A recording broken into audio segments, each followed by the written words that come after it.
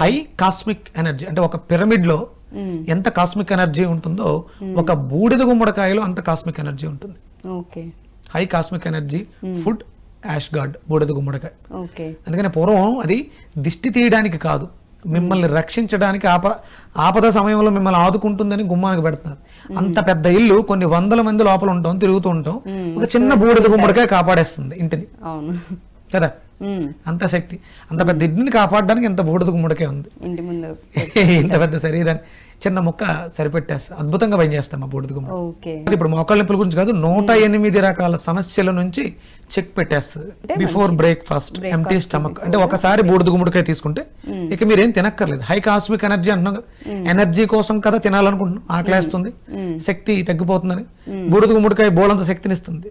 ఇక తినాల్సిన అవసరం లేదు. ఒకవేళ ఆకలేస్తుంది తినాలనుకుంటే ఒక హాఫ్ అన్ అవర్ 45 minutes తర్వాత తినండి.